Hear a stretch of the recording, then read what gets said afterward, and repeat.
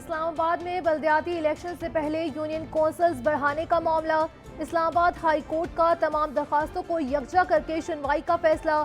क्या ऑर्डर जारी किया है आपने? चीफ जस्टिस का डीजी इलेक्शन कमीशन से इस्तफसार। अदालत कानून साजी को नहीं रोक सकती, काबीना को कानून साजी से कैसे रोक सकते हैं? मसला है भी तो अभी उम्मीद है हुकूमत और इलेक्शन मिलकर हल कर लेंगे। आजम सवाती की जमानत मुस्तरद करने का तफसीली फैसला जारी। बादिल नजर में आजम सवाती ने जमानत पर रिहाई के बावजूद इसी जुर्म का इर्तिकाब दोबारा किया। अदालत आजम सवाती को जमानत पर रिहा करने के लिए कायल नहीं। सेशन कोर्ट इस्लामाबाद के रिमार्क्स। तख्ते लाहौर में तख्त की जंग, पंजाब असम्बली का मुस्तकबिल क्या, सब मुंतजिर। सियासी कुशीदा सूरत हाल के पेश नजर गवर्नर हाउस लाहौर में रेंजर्स तैनात। असम्बली तहलील करने और एतमाद का वोट हासिल करने का मामला तूल पकड़ गया।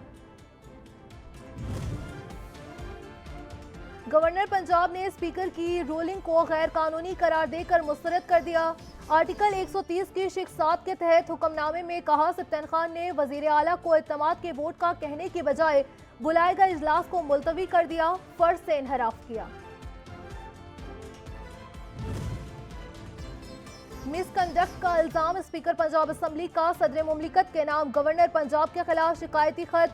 बलीगुर रहमान की तब्दीली की दरख्वास्त कर दी। रहनुमा काफ लीग राजा बशारत कहते हैं, आइन के तहत सदर गवर्नर को हटाने का इख्तियार रखते हैं।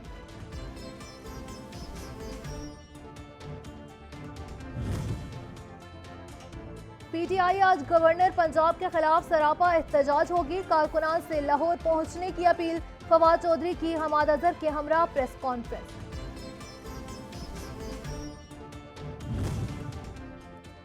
दिसंबर भीगने को तैयार, शहर इक़्तिदार में मौसम अबर आलूद।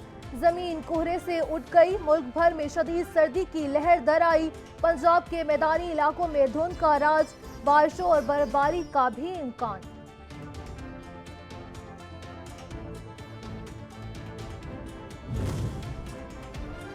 नजम सेठी की बतौर चेयरमैन पीसीबी तैनाती का नोटिफिकेशन जारी। बोर्ड के मामला चलाने के लिए 14 रुकनी कमेटी कायम।